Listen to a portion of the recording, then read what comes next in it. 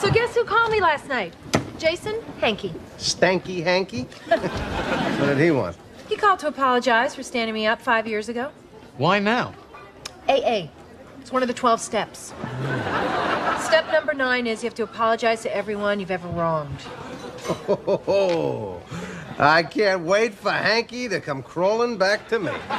Still with the neck hole? Still upset. Very upset. What neck hole? Remember that New Year's party he threw a few years ago? He had that very drafty apartment, you know, I think on 9th Avenue. Pastor. I asked if I could borrow a sweater. A cashmere sweater. I said preferably cashmere for warmth. So in front of the whole party, he says, no, I don't want you stretching out the neck hole. Oh, yeah, sure, laugh it up. Everybody else did. Oh, it's funny. I mean, you have a big head. Or is it because of your neck? No, I think the head does most of the stretching. Regardless, I had to walk around for the rest of the party in some cheap MetLife windbreaker. Now it is payback time. I really think it's the size of your neck. It's my head! Hey, there's Hanky. All right, it's grovel time. Hey, George. Jerry. Listen, I just got sober, so I've been going through the 12 steps. What are you up to now? Step 9? Yeah. Making amends. Important step. Maybe the most important. Anyway, Jerry, you know, this may sound dumb, but, you know, when we first met, I thought your name was Gary. And I think I may even have called you Gary a couple of times, and I don't know if you noticed, but I always felt bad about it, so I'm sorry. Thank you. I did notice, and I appreciate you rectifying it. Great. Great.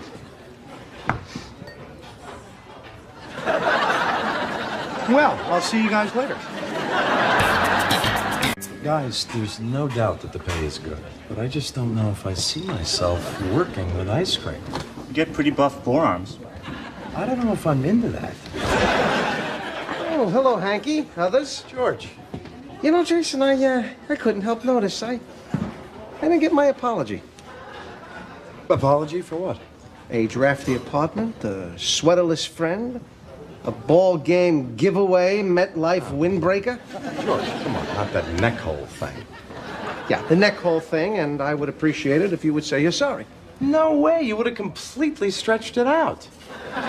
You're an alcoholic! You have to apologize! Step 9! Step 9! All right, George, all right, I'm sorry. I'm very, very sorry. I'm so sorry that I didn't want your rather bulbous head struggling to find its way through the normal-sized neck hole of my finely knit sweater. The two most difficult words to say sometimes are, I'm sorry and forgive me. Because, as you guys pointed out, we usually follow those words up with the word but. You know, I'm sorry, but, or forgive me, but. And you know, for us to truly be free, for us to live a life of freedom, we have to forgive others and ourselves. And it has to be a real forgiveness. So we're wrapping up this series called Restore. It's all about helping us get unstuck in 2018 from whatever might be holding us back. You know, helping us get unstuck from the one thing that's been robbing us of a life of freedom. It might be getting unstuck from something in your past. For others, it might be finding freedom from that hurt or hang up that's just been holding you back. It might be getting unstuck from a secret that you've held on to for years. Whatever it is, we need to find freedom from it. It could be that you need to find freedom from a drug addiction or just a behavior.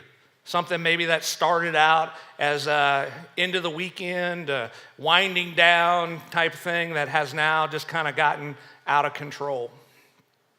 Whatever it is that's keeping you stuck, whatever you keep turning to, or wherever you keep ending up, That's what this whole series is about, is getting unstuck from that. And to help us get unstuck in a big life-changing way, we've been looking at the 12 steps to spiritual growth. And the 12 steps are really just biblical steps, biblical principles that not only change the way we think, but also the way we behave. They form this new pattern for us, a new pattern of living, a way of living and thinking from a different perspective of life. Now, oftentimes we think of the 12 steps as just being for people who have addictions or substance abuse problems or alcoholics. But these 12 steps are biblical principles that can be used for some of our own behaviors like anger and depression, things that we need to get unstuck from, that these steps will allow God to bring this spiritual growth into our life that we need, no matter how long you've been a follower of Jesus. And let's be real. We all have issues that hold us back and keep us stuck. You do, I do. Things that we are powerless to change on our own. Things that we know we need to change because they're robbing us of life and freedom, and we've tried changing them, and we always end up back in that same spot. See, God wants us to live a life of freedom. And so over the past several weeks, we've covered steps 1 through 7. And if you weren't here, you can actually go to our Facebook page and you can look and listen to the past messages there, or you can go to our website at gatewaybranson.org. We've learned over these last few weeks from a guy by the name of Paul. And Paul was a first century follower of Jesus, and he also wrote about half the book, or half of the New Testament book of the Bible. And we learned that he struggled 2,000 years ago with a lot of the same things that we struggle with today. And if you didn't know about this whole Bible thing, there's actually an Old Testament and a New Testament of the Bible. And the Old Testament is about life on earth before Jesus came, and the New Testament is about life on earth after Jesus came. And that's what Paul wrote a lot about. And if you don't have a Bible, we want to get you a free Bible. And we've got Bibles over here at the connection spot on the counter. They're easy to read Bibles. You can just grab one off of there. And the New Testament and the Old Testament, they're really just a bunch of books and chapters and verses that you can dive into that really teaches how to live. And we also have, Ashley said we have that Gateway Branson app, and if you download it, there's a Bible link in there as well. But if you don't have a Bible, or if you're not familiar with it, it's not a big deal. We're going to put all the verses up here on the screen. So what we learned from Paul in the first week of this series was that he had a problem, much like us. He tells us in the New Testament book of Romans in chapter 7, verse 18, "And I know that nothing good lives in me, that is, in my sinful nature. I want to do what is right, but I can't." I think we can all identify with Paul in that statement, right? See, he knew he had a problem, but he admitted it, which is the very first step in step 1 of these 12 steps. We admitted we were powerless over our addictions and compulsive behaviors, that our lives had become unmanageable. We learned that if we're going to walk this path of recovery, the path to freedom, the first thing we have to do is to admit that we have a problem. We had to say to ourselves, I can't do it any longer, but God can. We had to stop looking for self-help solutions. We had to look up and ask God for help. And in step 2, we discovered that there's this power that's greater than ourselves that we have to plug into. And through this power, we can find help. Step 2 says we came to believe that a power greater than ourselves could restore us to sanity. We discovered that in our weakness is when God works the most. His power works through our weakness, and it works greatest. We discovered that Paul gives us a great example of this power, this same power that gets Jesus unstuck from the grave. Look what he says in Ephesians chapter 1, verse 19. I also pray that you will understand the incredible greatness of God's power for us who believe in him. This is the same mighty power that raised Christ from the dead and seated him in the place of honor at God's right hand in the heavenly realms. But like an electric outlet in the wall, if we don't plug into that power, it does us no good. Only through trusting God with our will and ways could we be restored to sanity. But knowing it and doing it are two different things, which took us to our first action step in step 3. We made a decision to turn our lives and our wills over to the care of God. Step 3 is the point when you finally look in the mirror and you're tired of seeing the image looking back at you. That if you really want to quit, if you really want to get unstuck from that addiction or that behavior, complete surrender is required. We made a decision. We made an action step. We took this step to surrender our lives to God. And we learned that this is both a one-time decision and a daily decision. And moving forward, we had to decide daily that God knows best. And each day, we have to die to our selfish ways. We have to surrender. We have to give up following those selfish ways and start following God's ways. Jesus tells us this in the New Testament book of Matthew chapter 16. He said, then Jesus said to his disciples, if any of you wants to be my follower, you must turn from your selfish ways, take up your cross, and follow me. If you try to hang on to your life, you will lose it. But if you give up your life for my sake, you will save it. See, Jesus is actually telling us in that verse that we have to basically fire ourselves from playing God and hire God to run our life. And we remember our next step was to be able to do that, we had to take this really hard look at ourselves. That took us to step 4. We made a searching and fearless moral inventory of ourselves. And searching means that we are going to be as thorough as we can. Fearless means that because we've done steps 1, 2, and 3, that we know that God is on our side, that we're plugged into his power, that we don't have to hold anything back. We no longer have to be afraid. And moral simply means we're going to be honest at that hard look.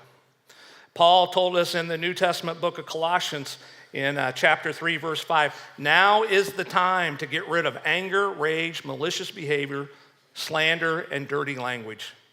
Don't lie to each other, for you have stripped off your old sinful nature and all its wicked deeds. We discovered step 4 is where the rubber meets the road. That's why step 4 is called the inventory step. It simply means that we're going to take an honest look at all of our good and bad character traits. That we're going to peel back the curtain and expose it all. In step 4, we're going to write everything down as we ask God to do a complete and thorough inventory of our hearts. It's hard. It's painful. But without it, we won't find the freedom that God has for us. So last week, Rob was here, and we talked about what do we do now with this inventory once we've written it all down. And God tells us there's healing in confessing of our wrongs. And we looked at James in the New Testament book. It says, confess your sins to each other and pray for each other so that you may be healed.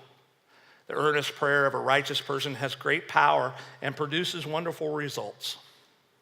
And that's why step 5 says, we admitted to God, to ourselves, and to another human being the exact nature of our wrongs. We learned that last week, when we bring something out of darkness and into the light, it loses its power. It starts to get lighter. It's like this weight is lifted off our shoulders. The less we hide our sin and the more that we expose it, the more we talk about it with others, the more we're able to deal with it, the more it just starts going away and we move closer to freedom. And we're promised this. This is a promise that God makes to us in the Old Testament book of Psalms in chapter 34. We looked at this verse last week. The Lord hears his people when they call to him for help. He rescues them from all their troubles. See, when we talk about that sin, that stuff we've done wrong, God hears it. He rescues us. We learned that when we're ready to be rescued from ourselves and our character defects, we move into step 6. We were entirely ready to have God remove all these defects of character. See, we have to be willing. And to be willing means that we have to be humble. We have to strip ourselves of pride. And James told us in the New Testament last week, we need to humble ourselves before the Lord, and he will lift you up in honor. And if we humble ourselves, if we strip ourselves of that pride, then we're ready for step 7. We humbly ask him to remove all our shortcomings. So we worked those first 7 steps. Step 4 is a very critical step because we're doing this inventory. Step 5 is critical because we're telling somebody else of all the wrongs that we've done and all the wrongs that have been done to us. But I believe step 8 is probably the most critical step of all. Without doing step 8, I believe it would be impossible for us to stay sober or unstuck for very long. See, step 8 is the step of forgiveness. And when we started this series, I told you a very tweetable statement. So you might want to get your phones ready in case you weren't here. I said, resentment and bitterness is like drinking a bottle of poison and hoping the other person dies. See, without forgiveness for others and for yourself, you cannot be free. But what does forgiveness look like? Well, let's start with what forgiveness is not. Forgiveness is not forgetting. See, people love to say forgive and forget. But I don't know about you, but I can't erase memories. It's really hard to forget. So we don't work like that. We're not wired that way. And if we try to forget without forgiving, all we're doing is really stuffing those emotions. It'd be like taking a beach ball and trying to hold it underwater at the pool. Eventually, it's gonna make its way back to the surface and pop up. Forgiveness is not forgetting. Forgiveness is also not waiting. So we've all heard the saying, time heals all wounds. No, it doesn't. You might be able to deal with that wound a little bit better, but it doesn't heal it. Forgiveness isn't waiting for the pain to stop or waiting for the other person to say, I'm sorry. See, you have the responsibility to take the initiative and offer forgiveness. Paul tells us in the book of Romans, chapter 12, verse 18, do all that you can to live in peace with everyone. That means we have that responsibility just as much as the person that wronged us that we have to live in peace. See, forgiveness is not pretending that nothing happened. And we've all experienced that. We've had a fight with somebody that we know. There's been hurt feelings in that. But we didn't ever discuss the situation. We run into them again, and we smile on the outside, and we avoided having a conversation or a confrontation, but we didn't experience forgiveness. See, when God says we are to forgive, He's not talking about just sweeping the problem under the rug. Forgiving also doesn't mean that what they did was okay.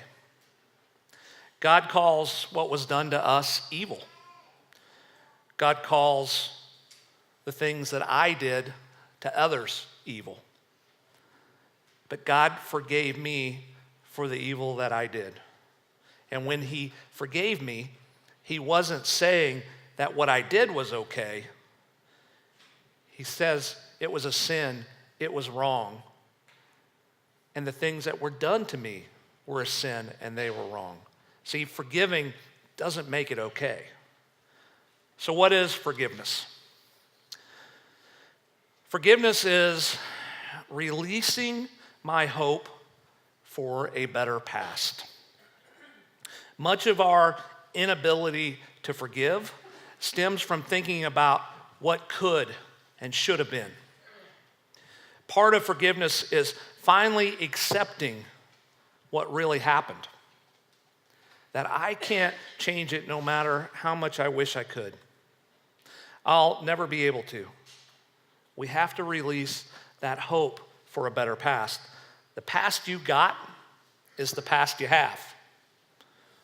We need to release our hope for a better past, not only because we can't change the past, but also because if we continue to hold on to that bitterness about what happened, it can ruin our future.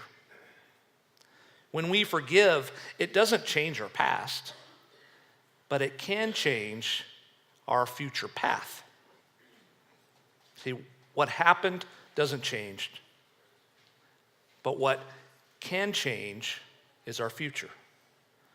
See, forgiveness is also about releasing my right to retaliate.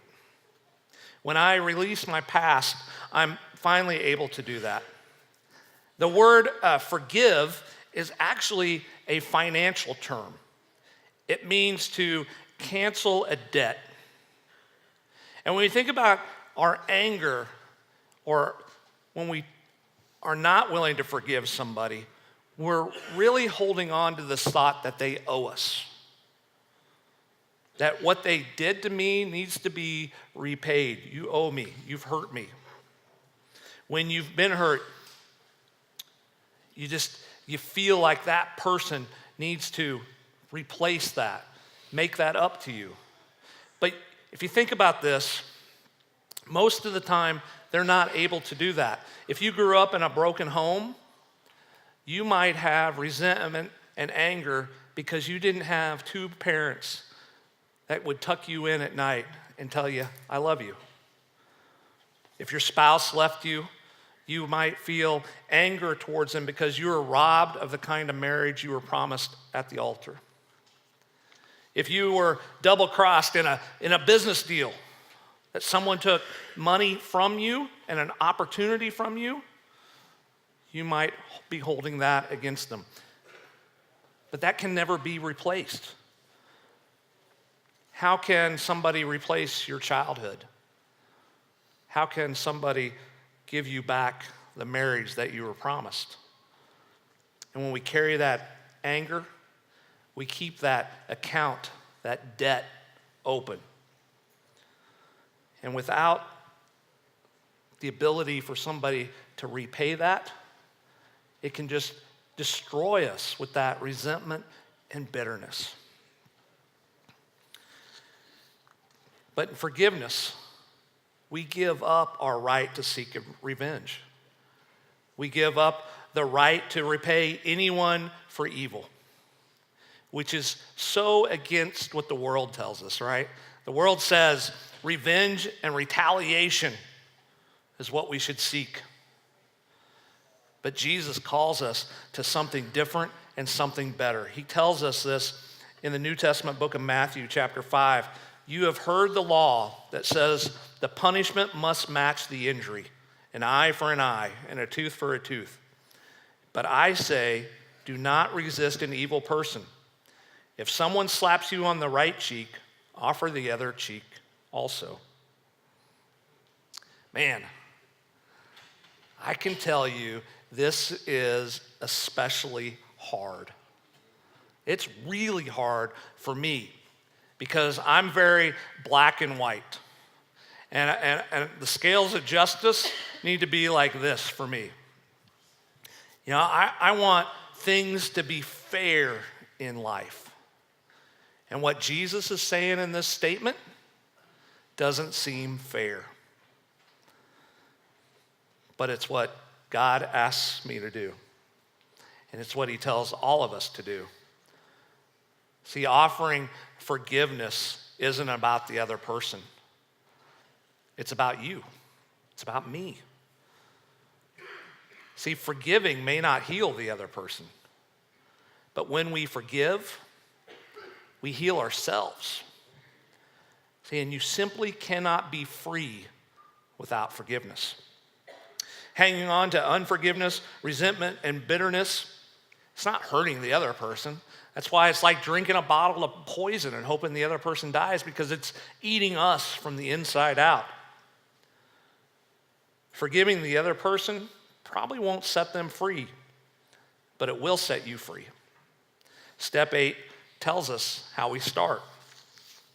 We made a list of all persons we had harmed and became willing to make amends to them all. So you made this list in step 4, this inventory. And one of the people that should be on that list that you're seeking forgiveness from is you. Because you can't forgive others until you forgive yourself. And we have to start by realizing that we are forgiven. Man, I used to struggle with this. I mean, like all of us here, you know, I have a story. And I used to use my story to justify why I couldn't forgive the person that deeply wounded me. The sin against me was too great. The wound I suffered was too deep to just get rid of it. But what helped me was to look in the mirror and ask, is the story of what happened to me worse than what happened to Jesus? See, God sent his son, Jesus, in love to rescue all of us from our sin. Jesus went around teaching people, healing people, and loving people. And in return, Jesus was wrongfully accused, beaten, whipped, and nailed naked to a cross, all for crimes he never committed. And then he took on all of my sins and the sins of the world from the past, the present, and the future. Is my story worse than that? No. Is your story worse than that? I doubt it. See, what we deserve is for God to carry out his wrath against us. And instead, God offers us forgiveness. And the more I looked at it that way, the more difficult it became for me to justify my unwillingness to forgive others. See, I have to accept it. To actually be forgiven, I have to reach out for God's forgiveness. Just because somebody offers you a present doesn't mean that you actually have that present, right? You have to reach out and accept that present. You need to take it from them. You need to put it in your possession. So just because God has offered to forgive you doesn't mean you've received it. You have to actually be forgiven. You need to say yes to God to reach out and receive that forgiveness. The other thing about forgiveness, I think, that we tend to forget is we can become very judgmental, and so we have to stay in our lane. If we forget that we are the ones who need forgiveness, we'll start looking at other people and determining that they need forgiveness. We can end up judging them. See, forgiveness is not a feeling, it's an action step, which actually brings us to step 9. Step 9 says we made direct amends to such people whenever possible, except when to do so would injure them or others. Remember how we talked about in step 4 and 5 how much courage it was going to take to write down all these character defects and then confess it to somebody else?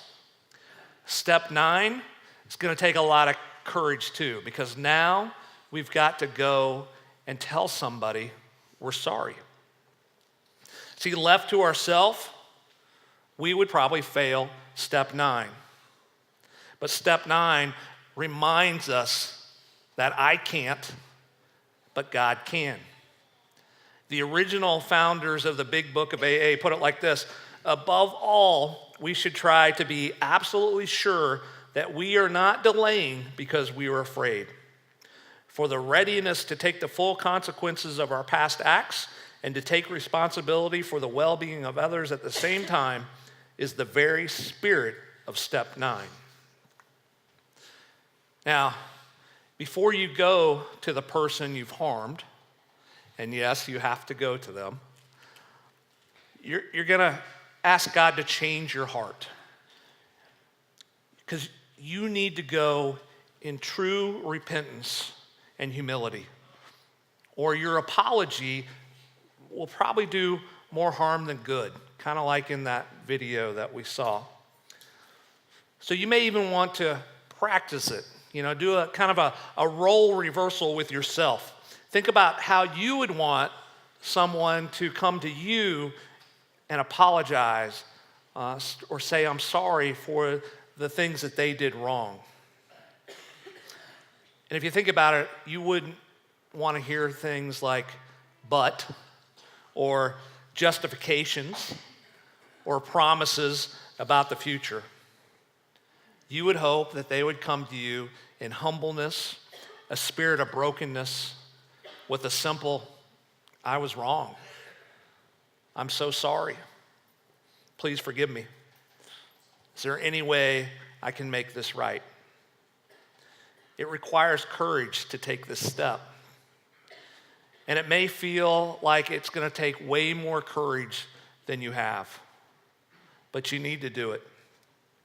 And as step 9 says, the only reason you wouldn't do this is if after praying and seeking advice from somebody that you trust, maybe your 5th step partner, you honestly believe that if you go to that person, it's going to do more harm than good, then you wouldn't do that. But that's the exception, not the rule. And I realize this sounds really intimidating, but you will be so glad you did it because it will change your life. A few years back, I ran into a girl that I had dated before I got married to Amy, and the way that all went down was just really ugly for the way her perception was and everything. And something just came over me to say I needed to make an amends to her, for that. And I did, and I couldn't believe just, one, she was very receptive to it, and how well I felt afterwards. And so I'm just saying, find that courage to do that. Making amends, though, also includes paying back debts you owe. So outstanding bills, court costs, fines, back child support. For you to experience real freedom, you've got to start that process. And again, you should make every effort to do that, to set things right, except for where it could do more harm than good. See, these steps to spiritual growth, they're not a one and done deal. But after you get through the first go around, they won't be as painful as they are the first time moving forward. Remember, we heard from Bobby a few weeks ago, and he told us that as he continued to work his fourth step, the list got shorter because you're not going to rehash the old stuff. You're just going to process the new stuff. See, we have to work these steps daily to stay free and unstuck. And that's why step 10 says, we continue to take personal inventory. And when we were wrong, we promptly admitted it. These steps are not just a to-do list that we check off. They're a way of staying connected to God on a daily basis. Step 11 says, we sought through prayer and meditation to improve our conscious contact with God, praying only for knowledge of His will for us and power to carry that out. And when we stay connected to God through these steps, our hearts and our minds, they begin to change. We begin to see people as Jesus sees them. We begin to serve them from a compassionate heart. We begin to tell them about this life of freedom. We begin to tell them about how Jesus has this changing effect on us, and we begin to live completely different. Step 12 says, having had a spiritual experience as a result of these steps, we try to carry this message to others and practice these principles in all our affairs. I want you to hear today from Jason and Donna Mosier, who lead our Restore program here. They're going to share what it's like to do these steps daily, to live in steps 10, 11, and 12. And if you know them, if you've been around them, you know that they do that. You can just see it in their life. So please welcome Donna and Jason.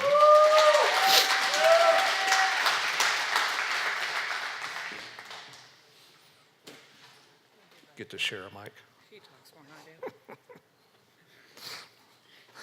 All right. Well, thanks, guys. Tell everybody here just a little bit of background about your addiction and how you ended up kind of working these steps and all that kind of stuff. So, can you hear me? Okay. Hold it closer. Hi, I'm Donna. I started drinking at a young age. I started smoking and running around. I came from an alcoholic home, and my parents got divorced when I was in high school. So kind of took my own route, and through the years, I would go through periods where I would not drink, and I would dedicate my life to God, and then I would fall backwards and go back to drinking. And it ended up in a broken relationship. I divorced, and then I had 3 children, and then I remarried. And we were in and out of church. And through that, I eventually became convicted because I lost everything I had. We lost our home and my job and just about everything. And we moved down to Arkansas. And from that point, our lives changed. God really came in. It's amazing to me how God takes nothing and can just build you back up to you feel like you have everything in the world, even when what you knew is gone. So from that point, we started going to church together, and we got involved in Celebrate Recovery. We started a Celebrate Recovery group in Harrison. And through serving through Celebrate Recovery, I really took the next steps to heal from some of the brokenness of my past, the relationships with my parents and siblings and other people in my life. So, and from there, we ended up in Branson, coming to Jesus Was Homeless. All right. Jason, share a little bit about your background. So I'm kind of the opposite. I came from what I would consider a normal home. You know, both my parents were together. They're still together today. Unfortunately for me, my path was a little bit different. When I was about 10 years old, I basically was molested by a neighbor, which in and of itself just freaked me out. I was scared. I couldn't tell anyone, never told anyone. As a matter of fact, until I started working the Streps was the first time I ever actually admitted that it truly happened. I used to think that it was like a dream or like some kind of weird thing that never really happened. Through that, led me into a really poor self-esteem. Unfortunately, I can't tell it now, but I used to have a really, really tight red afro, so Of course, everybody had fun with that, Ronald McDonald and everything else. And, so kids are brutal, and so then I found porn at a young age of about 12 years old, and for probably the next 30 years, I was into it most all the time. I mean, there were some periods in there where maybe I wasn't, actively seeking porn, but generally speaking, I was in it for about 30 years. So, which led to numerous poor relationships, which leads into making amends and trying to figure out how do you make amends to poor relationships. But kind of from there, as Donna said, we kind of moved down here, and she wanted me to go to Celebrate Recovery with her. I didn't think I had a problem. I didn't think it was an addiction. I didn't think I was hurting anyone else. Unfortunately, I was blind to that. And then I finally agreed to go with her to Celebrate Recovery, and I started seeing kind of the error of my ways. The only problem for me was, as I started dealing with my porn addiction, I didn't really deal with a lot of the other stuff internally. And so I become addicted to other things, food. I became addicted to church service, to accolades from people. So I had to, again, start all over the process again with almost every single one of those things, because what I found was I have an addictive personality, so it didn't really matter to me. Whatever was great then, it's then. So, now just try to be addicted to Jesus and let him take care of the rest of it. So what does life look like for you guys living in steps 10, 11, and 12? Just constantly, I know you carry the message through serving, but it's also constantly taking that inventory again and processing all that. For me, when we started going to church again, I knew that I needed to read my Bible, and I don't know if y'all have ever had this experience, but I was bored, and my mind would wander off, and I wasn't really getting a lot out of it. They're all very attentive when I speak, yeah. They are. None of them get bored. So one of the things that I have learned to do is, because I'm a very independent person, is just ask God, be honest. Sometimes it's hard to be honest. I try to do things in my own power because I am very independent, and I just told him. I said, I don't like to read the Bible. It's not fun. I don't get it. Please change that. And eventually he did, to where I really like to read my Bible. Like I pray before I read, and I ask him to show me what he's saying to me that day. And just being consistent. The lack of consistency in my life leads me down some really poor paths. So if I can just do what I need to do on a daily basis, and then rely on God to change my heart and to give me that will to carry on, then my life goes so much better. What she said. I go with that. No, that was a really good answer. And it really is, for me, the same thing.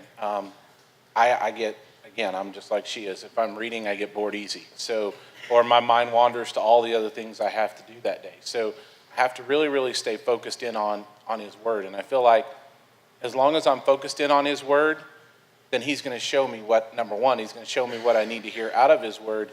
But I also know that as I draw closer to him, he's going to continue to draw closer to me. And he's going to help me to continue to work those steps over and over and over again. And what I find is, even now, it's even in little things that where, we could have a big fight and we may not talk for 2 or 3 days and it'd be like really cold. I can't stand it. I mean, it's like, if we have a fight and I was wrong, it's like I know that nothing is going to go good until I go and ask for forgiveness or say I'm sorry.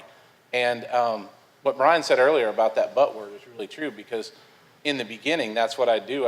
I'm sorry that I yelled at you, but...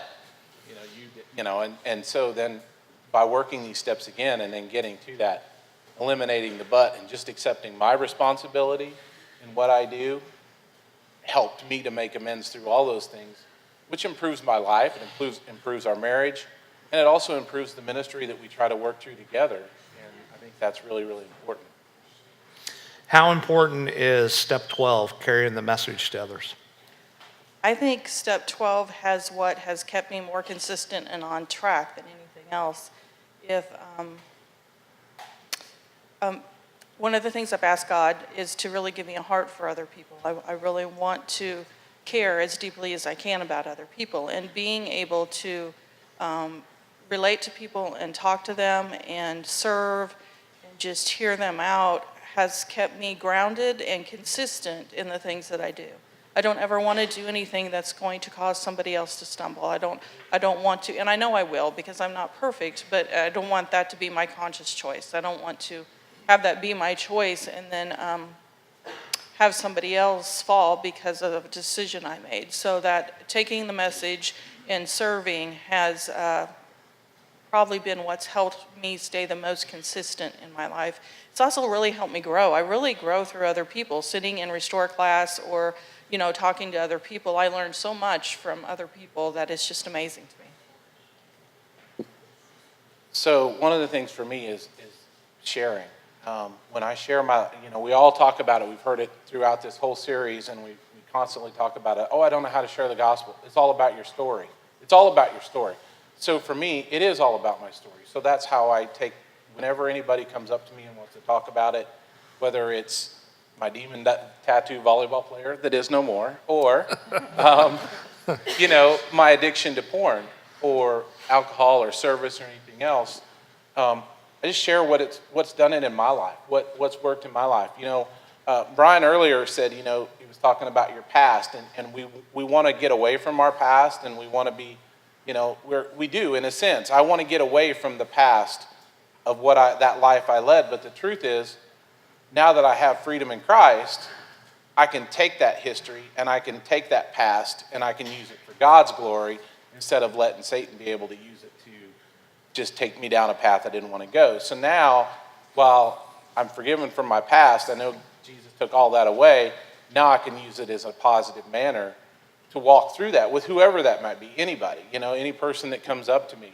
And we're just able to freely talk that way. And so sharing and being able to work that out with other folks is just incredible, because not only do you get to see their growth, but you, as Donna said, you continue to grow, but you also find accountability in that, because, as addicts, we all see through when somebody's, faking it till they make it. We all know they are, and so if I'm fake or if I'm lying when I'm trying to share and walk with somebody else through the steps, it becomes apparently obvious really quick, and then everything is lost after that.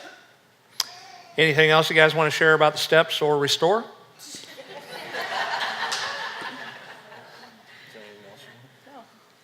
So I would just say, and she's right, I always have to have the last word. So if you're not in a program, get in one. My whole life, I swore I was, quote unquote, not one of those people.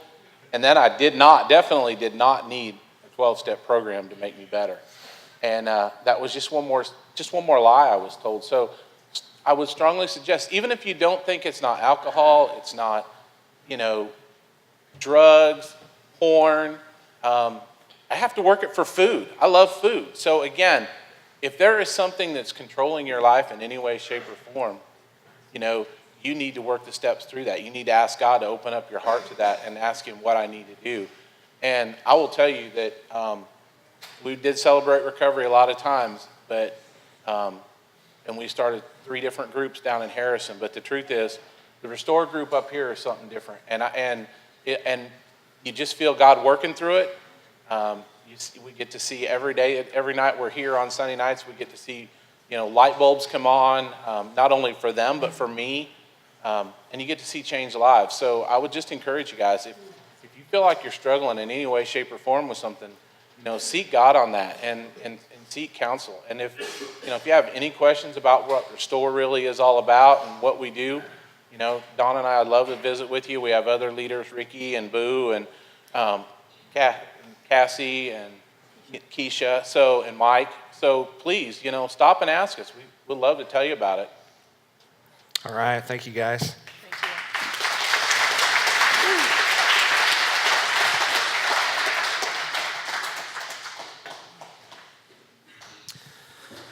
you. All right. So here's your assignment for this final week of Restore. On your chair is the paperwork for working these last steps, 8, 9, 10, 11, and 12, towards getting unstuck in 2018. So like previous, find 1 or 2 people that you can trust who will work these steps with you, who will help you answer these questions and just process the steps. Or, better yet, the easiest thing for you to do would be to come to Restore at 5 o'clock tonight and hang out with the Restore group and work those steps there. You know, they do that every Sunday night from 5 to 6:30, and there's teaching on recovery principles. But what's more important is that it's an opportunity to get loved on, for people to pray with you, to meet people who maybe have gone through the same thing you have, or maybe they're still going through it. You actually get to break out into smaller groups of men and women, and there's confidentiality, and they have great food and stuff. So I would encourage you to come tonight for that. Hey, the band's going to come up here, and they're going to play some songs to God and for God and about God.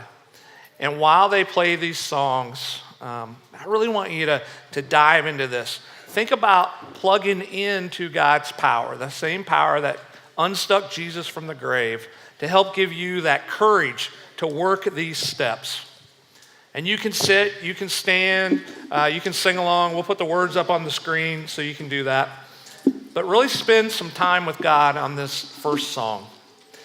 We don't pressure you to give here. We don't even pass an offering bucket. But if Gateway is your church home, we've got those trash can looking things back in the back, as well as giving stations that you can put your gift in there. And if you're just checking out Faith and this is your first couple times to Gateway, this is just our gift to you.